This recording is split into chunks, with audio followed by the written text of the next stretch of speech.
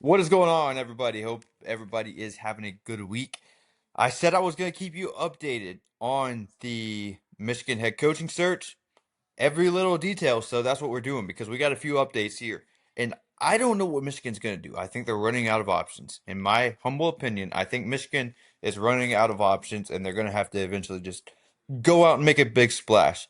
So, as usual, not going to go too in detail, but we are going to talk about some candidates that I think are still in the mix. Number one being Jedd Fisch. So, yesterday, Kenny Dillingham was the favorite.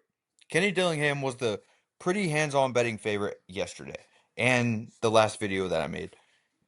Things then changed. It got announced that Kenny Dillingham and Arizona State's giving him another pay raise and Kenny Dillingham is taking it, obviously. So seems like he's committed to Arizona State. I know it's his alma mater. Seems like he wants to be there for now.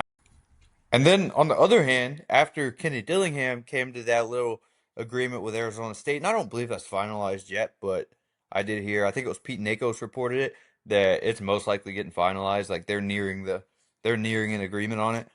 But anyways, after that, Kalen DeBoer then became the pretty good sized favorite to take the job because there were some questions whether, first off, does Kalen DeBoer like it in Alabama? I think that was just a lot of social media rumors saying he was miserable in Alabama. I don't know. And there was also some questions whether Alabama was going to keep him around or not. Because if they lose to Oklahoma, there was some word or going around that Alabama might be moving on from Kalen DeBoer. Seems like today they shut those rumors down, as it reported earlier by, again, Pete Nakos, I believe it on 3, that Kalen DeBoer and Alabama are nearing a contract extension. And Kalen DeBoer also got interviewed being asked about the Michigan head coaching job and if there was any communication. He said there was no communication, said he's focused on nothing but Alabama.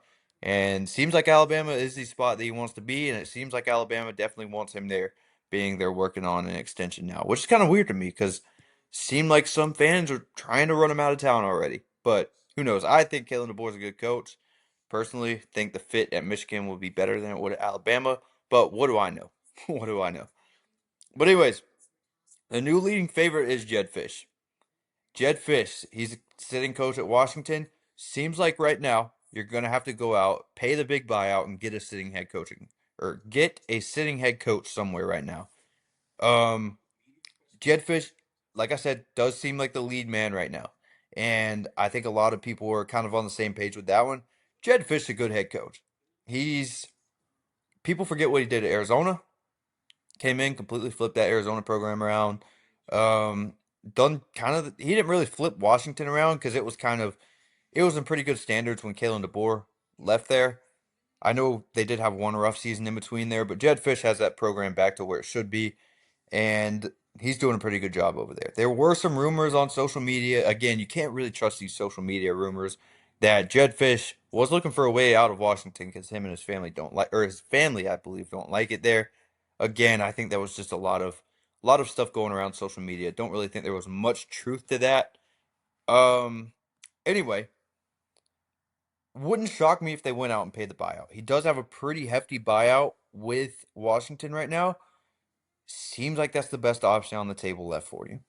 So the next one that we are going to talk about is Brian Kelly. I know a lot of people are going to hate this one, and I do have some questions here as well. Brian Kelly, people forget he was a pretty good coach at Notre Dame. Yeah, you couldn't beat the top ranked teams, and that is a problem. It's always a problem no matter where you're at. And you may have those same exact issues at Michigan if you do take that job. First off, is Brian Kelly going to even get offered this job? Because I think it's going to be pretty tough for him to get another job after everything we heard about him at LSU. Seemed like there was no effort in recruiting. Seemed like he was always golfing, apparently. Like, I've heard a lot of rumors about that, actually. Um, Players just didn't really like him, I've heard.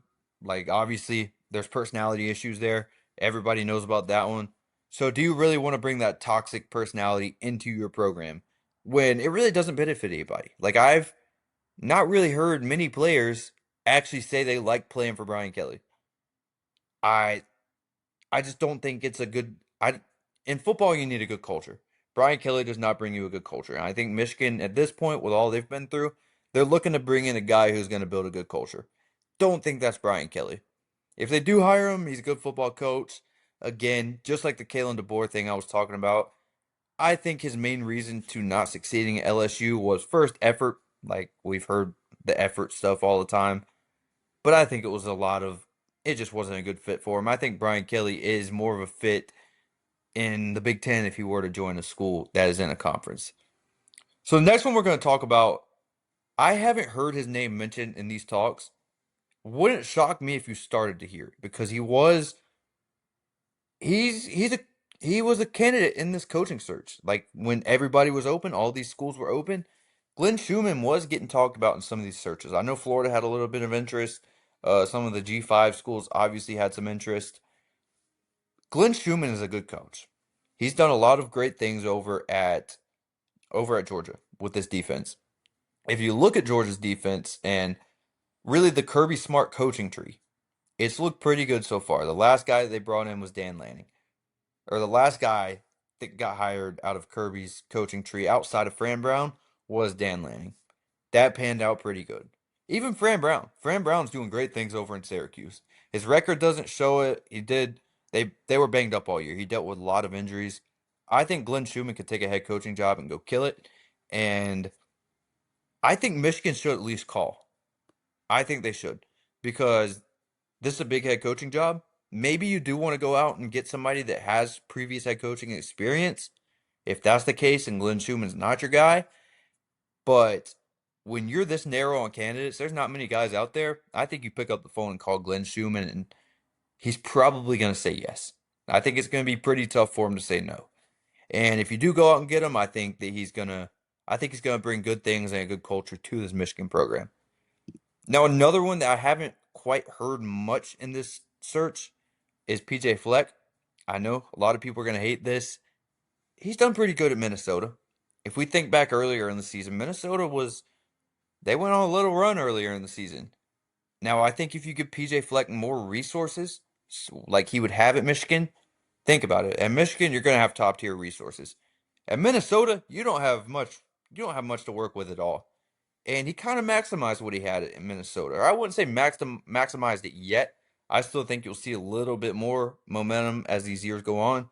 PJ Fleck's not a bad head coach. I think, you know, I don't think it would be the worst hire. Yeah, it's not flashy. I know a lot of fans are going to hate it because you're going to look at his record at Minnesota and say that it's bad, but you can't always base it off of that. He's done good things over there with what he has to work with, which isn't much. I don't, again, I haven't really heard this much, but when you're, like I said, when you're running this slim on options, maybe you do give PJ Fleck a call. At least see what's up over there. Now, another one that I want to talk about, if you want to go the NFL route, is Joe Brady. So, Joe Brady, if you think back, he has previous ties at LSU, and he absolutely maximized what he had over there, I would say. You had Justin Jefferson. He was a part of this Justin Jefferson, Jamar Chase, Joe Burrow year when it was arguably the best team in college football history, that LSU team that year when Joe Burrow won the Heisman, and LSU pretty much blew everybody out and won the national championship. Brady is getting looks to be an NFL head coach because there are some NFL head coaching jobs opening here, like even right now, and especially after the season, you're going to see some more open. And Joe Brady's going to be getting interviewed. So, does Michigan want to hold out and wait for Joe Brady to potentially wait and kind of weigh out his options between the Michigan job, if you do call him, and taking an NFL head coaching job? Because he's done good things with Buffalo as an offensive coordinator. He did great things at LSU. I think you give him a call, at least see what's up. Now, the next one, if another NFL guy who is also being looked at for NFL head coaching jobs right now because he's doing great things, or he was doing great things over in Washington, and really still even is with what he has to work with. You don't have much to work with. Now, over in Washington, your star quarterback is hurt. You're working with Marcus Mariota right now. He did great things at Texas Tech. If you look back at that, he helped develop Baker Mayfield. He helped develop Patrick Mahomes. That was when Baker was with Texas Tech, by the way, obviously. Helped with Patrick Mahomes. ran an absolutely explosive offensive team every year he was there, it seemed. Um, if you look back at some of those Mahomes years, they were putting historic numbers up, offensive numbers at least, stat wise. I think Cliff Kingsbury is a good coach. He would be a great recruiter because people can look back at his ties that he had at Texas Tech and see that he could develop a quarterback, see that he can run an explosive offense. It's going to be very intriguing to a lot of recruits, especially at a school like Michigan, where Cliff Kingsbury will have a lot of resources to work with. I think it would be a good hire. You can't really look at his NFL head coaching tenure with like the Arizona Cardinals and base it off of what he would do at college. That's all I'm going to say because he was better at Texas Tech than what you saw like with the Cardinals. So yeah, that's pretty much all I have here. I can't really think of many other candidates. So, like I said, I'm going to keep you updated with every little detail that we hear from this Michigan head coaching search and what is going on with it. So, if you are interested in really keeping up to date with it, then maybe consider dropping a subscribe on the channel. I would greatly appreciate that. But yeah, that'll be it for this episode. I hope everybody has a good afternoon, good morning, whenever you're watching this, good night, whenever you're watching this. But anyways, also have a happy holidays if you are not watching any of my other videos before Christmas. But anyways, yeah, I'll catch you guys on the next one and stay tuned for more Michigan videos because we're gonna be doing a lot of this head coaching search stuff.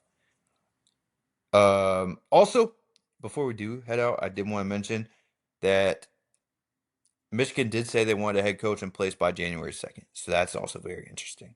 But anyways, sorry. I'll catch you guys on the next one. Peace.